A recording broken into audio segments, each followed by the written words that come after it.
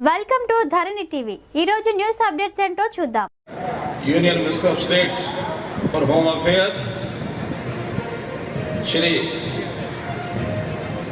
Shri Poonam Prabhakar ji, Telangana state transparent BC welfare department, Shri Tongulati Srinivas Reddy garu, revenue and housing information department minister,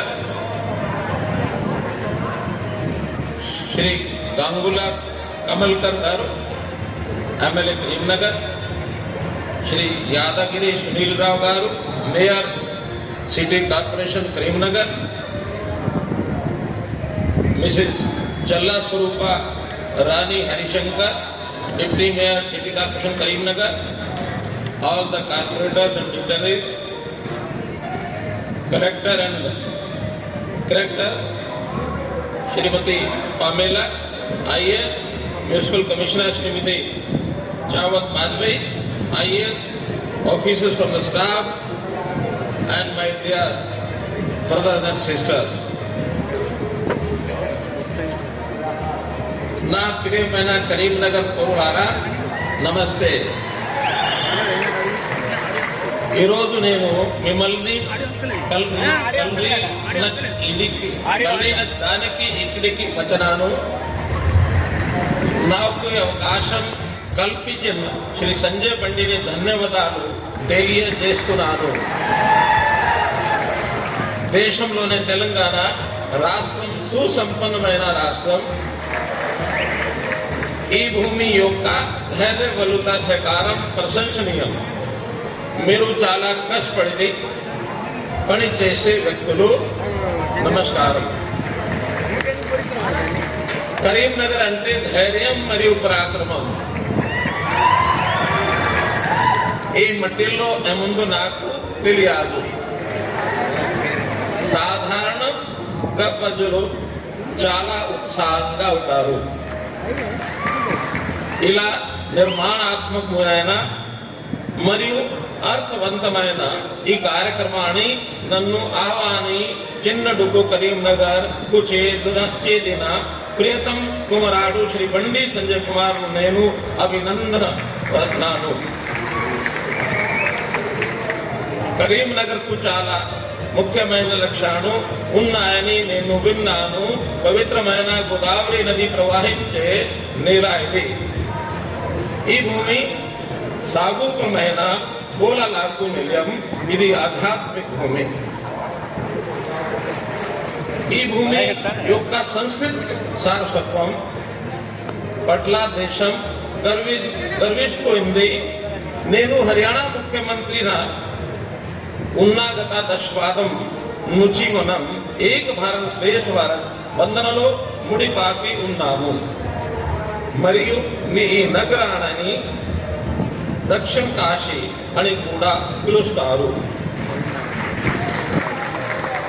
కురుక్షేత్రంలోని కరం భూమి నుండి వేలులావిడ, రాజన్న మరియు గోడగంటు ఆంజనేయుడు పవిత్ర భూమికి రావడం నాకు చాలా సంతోషంగా ఉంది.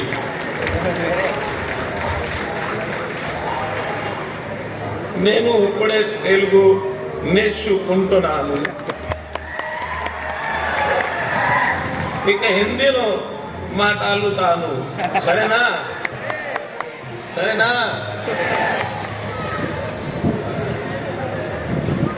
आज के कार्यक्रम का हिस्सा बनते हुए मुझे बहुत गर्व हो रहा है.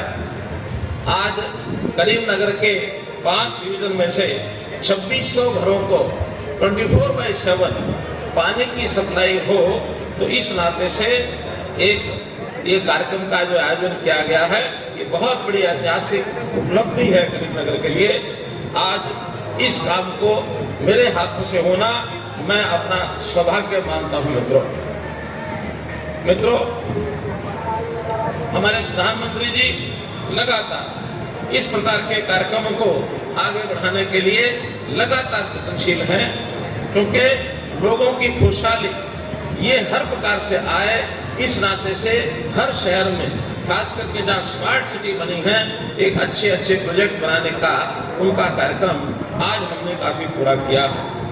लोगों को खुशहाली देने वाला एक पार्क इसका भी उद्घाटन किया है।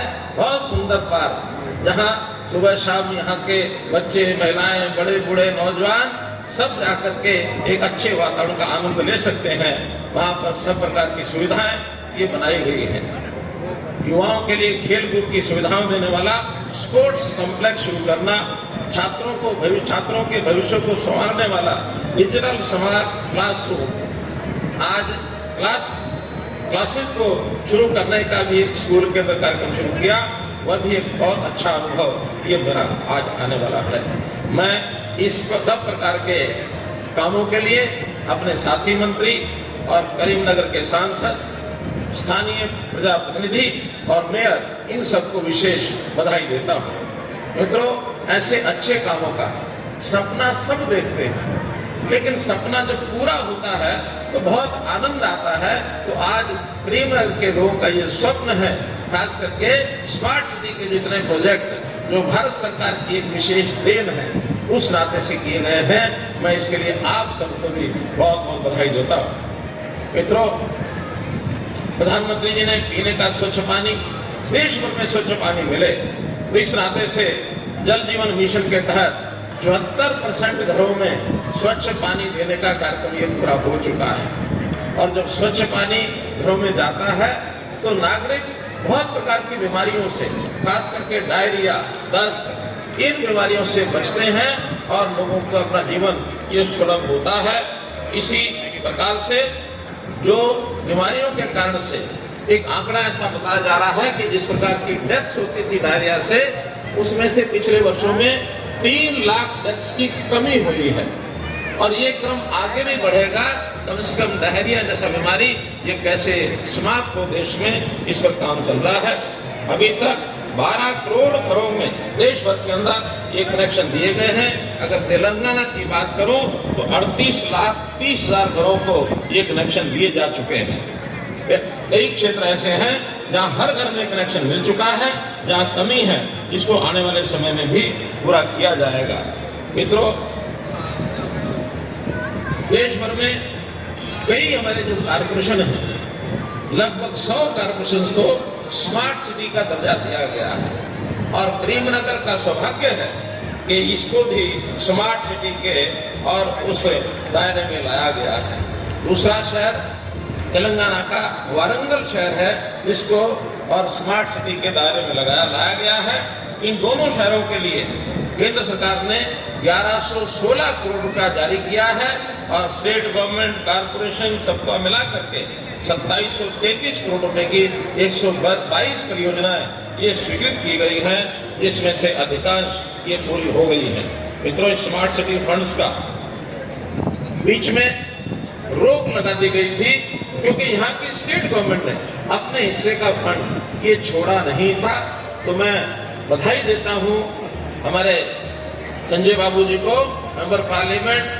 इन्होंने, संजय बंटी जी ने पार्लियामेंट में आवाज उठाई और अंततः यहाँ की उस समय की प्रदेश सरकार को वो फंड छोड़ना पड़ा और आज पूरी गति से और ये सब काम हो रहे हैं। इसी प्रकार अमृत वाणी योजना, इसमें भी पानी की आपूर्ति के लिए और जो पानी की स्वच्छता के लिए जितने भी प्रयोग किए जा रहे हैं, उनका भी उपयोग पूरा किया जा रहा है।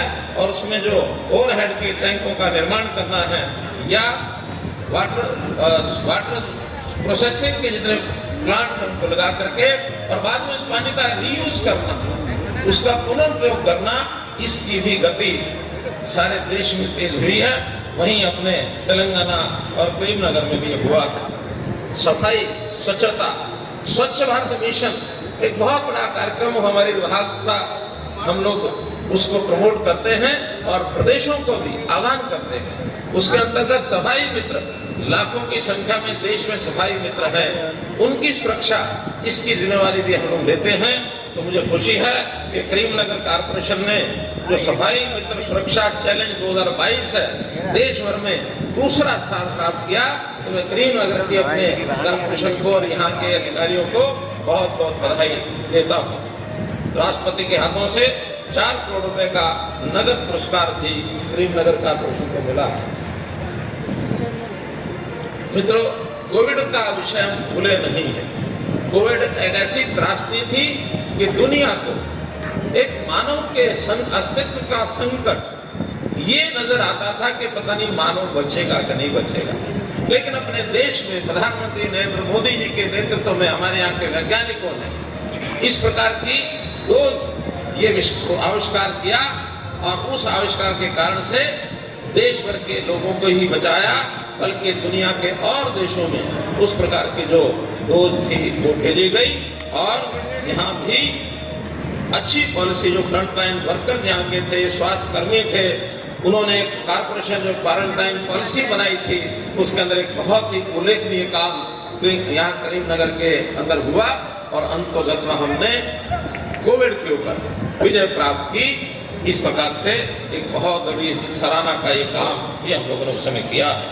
स्मार्ट सिटी के अंतर्गत नगर की सब सेवाएं इनकी जानकारी एक जगह पर मिल जाए तो ICCC इंटीग्रेटेड कमांड कंट्रोल ये भी योजना के अंतर्गत करीमनगर में बनाया गया है।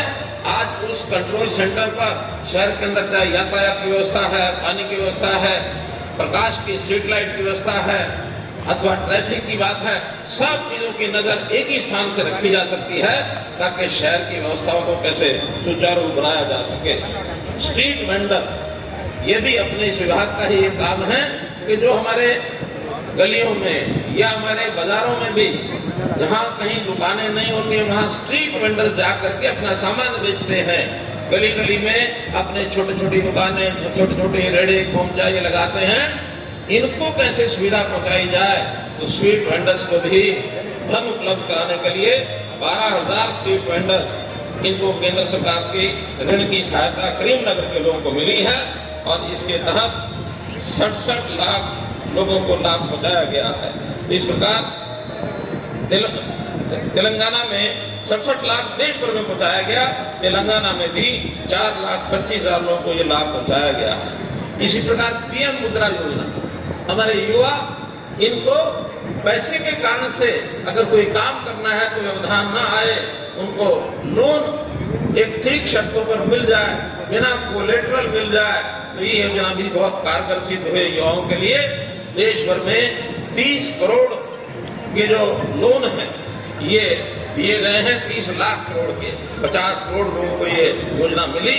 तेलंगाना में भी 73 लाख खातों में 73,000 करोड़ रुपए ये ट्रांसफर किया गया है। बहुत युवा अपने पैरों पर खड़े हुए हैं। मित्रों, काम गिनाने के लिए बहुत है, फिर भी मोटी मोटी बात, तेलंगाना में जो खर्च हुए हैं मोटे रूप से हमको पता लगेगा कि इस खर्च से कितना काम तेलंगाना में हुआ है। सड़कों के निर्माण के लिए 1,20,000 करोड़ रुपया ये तेलंगाना की सड़कों पर केंद्र ने लगाया है। 1 लाख करोड़ रुपया पिछले 10 सालों में कम नहीं है मित्रों। इसी प्रकार चावल की खरीद के लिए भी 1,10,000 करोड़ रुपया और किसानों के खातों में ये डाला गया है।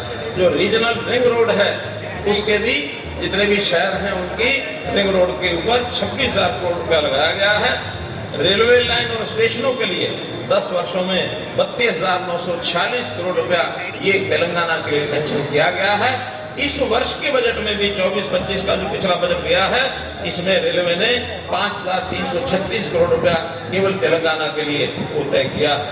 इस प्रकार से कल्याणकारी योजनाएं, जो जनधन खाते हैं, जब तक जनधन खाते लोगों को नहीं खुलेंगे तो कल्याणकारी योजनाओं का पैसा सीधा खाते में नहीं पहुंच सकता। तो आपकी जानकारी के लिए बता रहा हूं कि देश के 130 करोड़ लोगों में से 52 करोड़ लोगों के जनधन खाते केवल इस योजना के अंदर खोले गए, जो बहुत बड़ा एक क्रांतिकारी कदम है। तेलंगाना में भी 1,20,00,000 ऐसे खाते जनधन अकाउंट में खोले गए। मित्रों, गरीब कल्याण योजना में मुफ्त राशन 80 करोड़ लोगों को मुफ्त राशन देश भर में जा रहा है। तेलंगाना में भी 1,91,00,000 अर्थात 2 करोड़ लोगों को, कुल आबादी हमारी 3.5 करोड़ है, 2 करोड़ लोगों को और मुफ्त राशन ये तेलंगाना स्टेट में दिया जाता है, जो 50% से भी ज्यादा बैठता है। मित्रों, जैसा मैंने स्वच्छ भारत मिशन की बात बताई, तो इसमें भी शौचालय बनाने का जो काम, हर घर शौचालय, ये भी क्रांतिकारी कदम था केंद्र सरकार का, नरेंद्र मोदी जी का।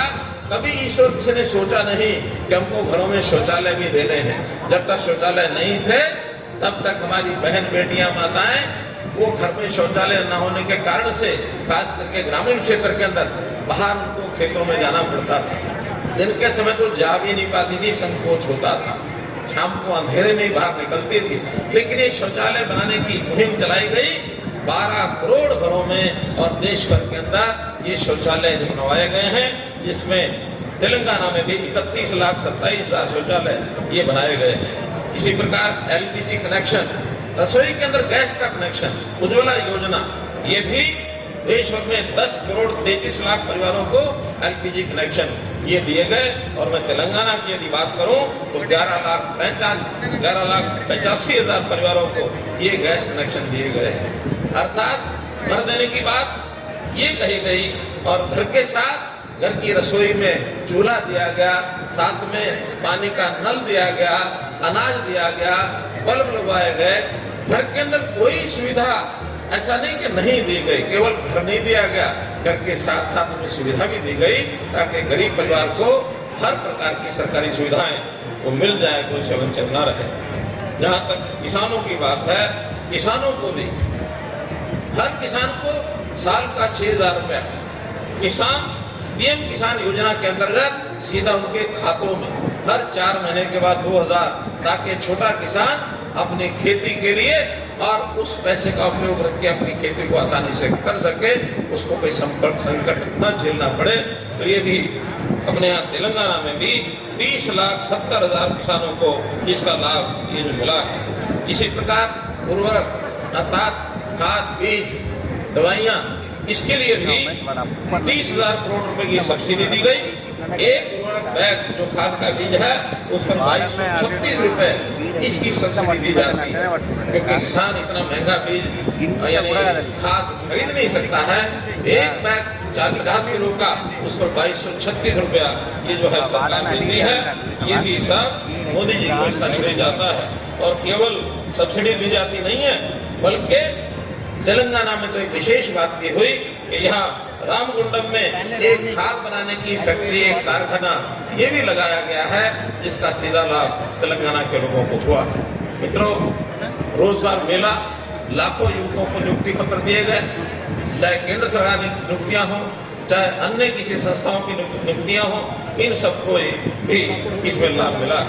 मैं तेलंगाना की महिलाओं को विशेष तौर पर यह कहना चाहूँगा कि एक अभियान आज से 10 साल पहले नरेंद्र मोदी जी ने हमारे हरियाणा से ही शुरू किया था 22 जनवरी 2015 को, और वो अभियान था बेटी बचाओ बेटी पढ़ाओ। उस समय देश में महिला यानी एक लिंग जो अनुपात है, जेंडर रेशो, ये बहुत महिलाओं की संख्या बहुत कम थी।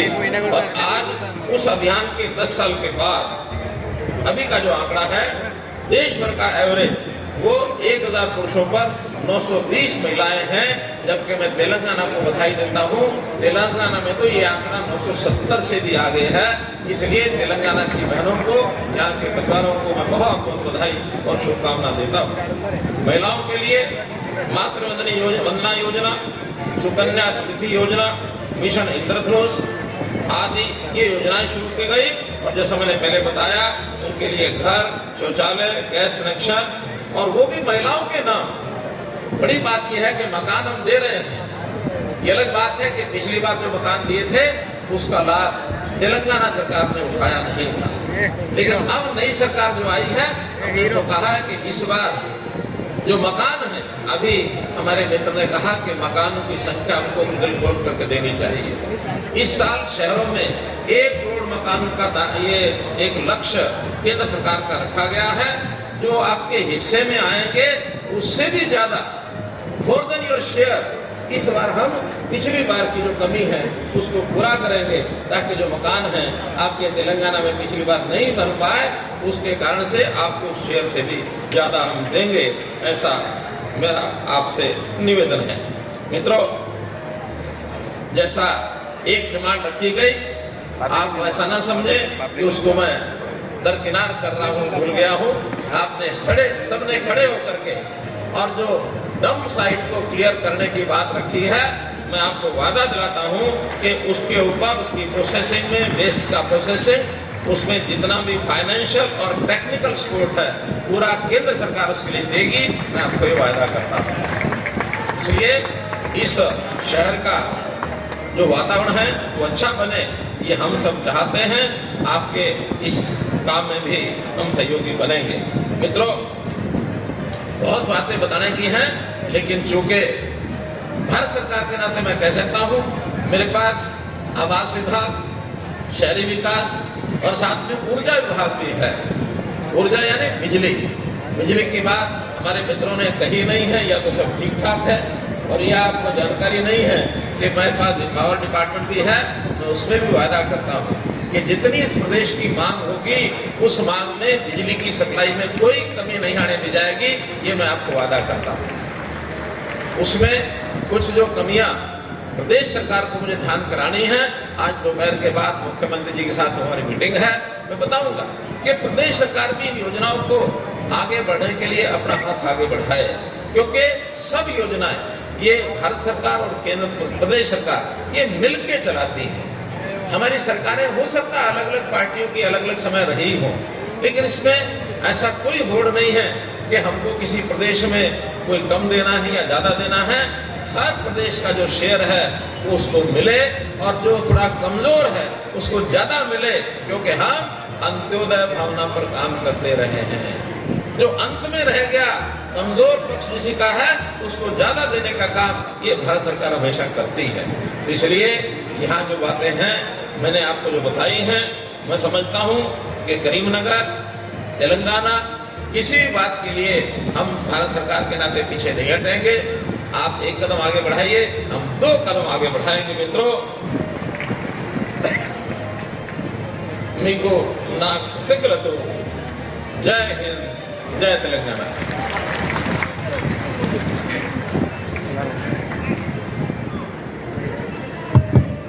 అందరం కూడా ఈ రోజు మన మనోహర్ లాల్ ఖట్టర్ గారు మన కరీంనగర్ నగర ప్రజలందరూ ఏదైతే డంప్ యార్డ్ గురించి బాధపడుతున్నారని చెప్పినారో ఆ డంప్ యార్డ్ క్లియర్ చేయడానికి కేంద్ర ప్రభుత్వం నుంచి పూర్తి స్థాయిలో నిధులు విడుదల చేసి కరీంనగర్ నగరం ప్రశాంతంగా సస్యశ్యామలంగా ఎలాంటి కాలుష్యం లేకుండా ఉండే నగరంగా మారుస్తామని వారు అందరికీ సభావేదికగా ప్రకటించినందుకు మీ అందరి పక్షాన, కరీంనగర్ నగర ప్రజల పక్షాన ధన్యవాదాలు తెలియజేస్తా ఉన్నానని తెలియజేసుకుంటూ, ఇప్పుడు కరీంనగర్ నగరపాలక సంస్థ పక్షాన గౌరవ కేంద్ర మంత్రివర్గ గారికి సన్మాన కార్యక్రమం చేయవలసిందిగా కూడా నేను మన మంత్రివర్గ బండి సంజయ్ గారిని, ఎమ్మెల్యే గారిని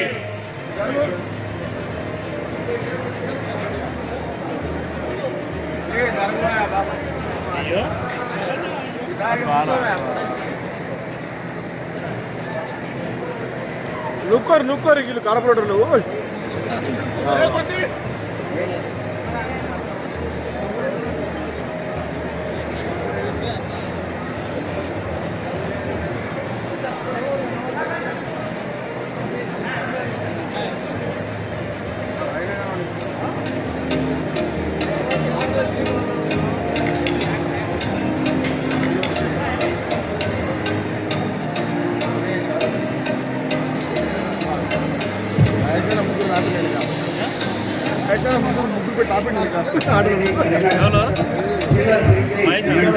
It's a very unique platform representing delicate jewelry metal, and it is privileged to make many badges in G20 summit also.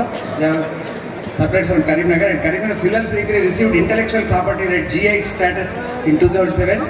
So our respected Honorable Minister is presented this being presented for Silver Filigree memento.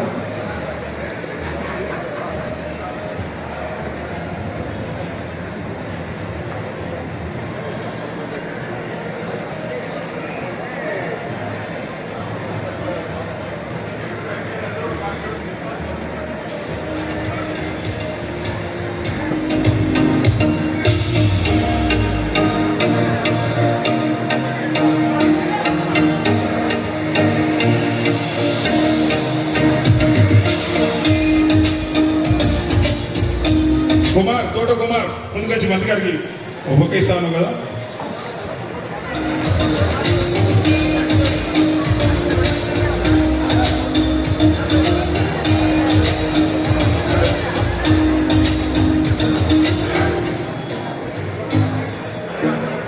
ఇప్పటి వరకున్న news updates. మరిన్ని news updates కోసం చూస్తూనే ఉండండి మీ ధరణి TV.